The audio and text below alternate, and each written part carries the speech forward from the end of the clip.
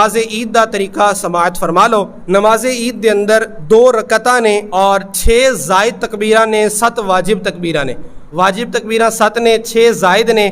پہلی رکعت دے اندر 3 تکبیراں زائد اور دوسری رکعت دے اندر 3 تکبیراں زائد، اس طرح ٹوٹل 6 ہو جان گیاں۔ عام نماز دے اندر جڑیاں تکبیرات نے رکوع دے اندر جان واسطے یا سمع اللہ لمن حمدہ، اللہ اکبر، یہ ساریاں تکبیر تحریمہ تو علاوہ اور سلام تو علاوہ یہ ساریاں سنت نے۔ لیکن نماز عید دے اندر دوسری رکعت دے اندر رکوع دے اندر جان واسطے جڑی تکبیر آکھی جاندی ہے یہ واجب ہے، اس دا آکھنا لازم ہے۔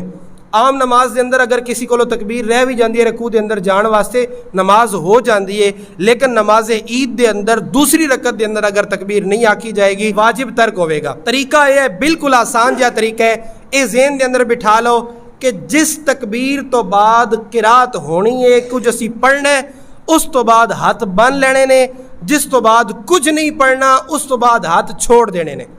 پہلی رکعت دے اندر ثنا ہوے گی سبحانک اللہم و بحمدک، اس تو بعد 3 تکبیراں ہون گیاں۔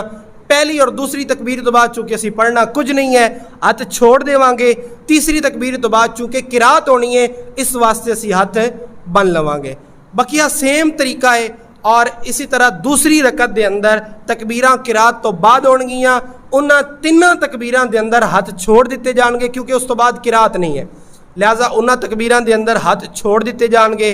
اگر کوئی بندہ لیٹ شامل ہویا ہے، رکوع دے اندر شامل ہویا ہے، اس کے واسطے یہ حکم ہے کہ اگر وہ ویکھدا ہے کہ میں تکبیراں کہہ کے رکوع دے اندر شامل ہو جاواں گا، اللہ اکبر تکبیر تحریمہ کر کے کھڑیاں 3 تکبیراں کہ اللہ اکبر اللہ اکبر اللہ اکبر ہاتھ اٹھا کے اور دوبارہ اللہ اکبر کہہ کے رکوع دے اندر چلا جائے۔ اگر اس نے پتہ ہے کہ میں کھلو کے تکبیراں آکھساں امام صاحب رکوع تو سر اٹھا لینا ہے، پھر وہ واسطے یہ حکم ہے اللہ اکبر تکبیر تحریمہ کہہ کے سیدھا کھڑا ہوئے، فوراً رکوع دے اندر چلا جائے اور رکوع دے اندر جا کے بغیر ہاتھ اٹھائے اللہ اکبر اللہ اکبر اللہ اکبر، اس طرح 3 تکبیراں کہہ دے۔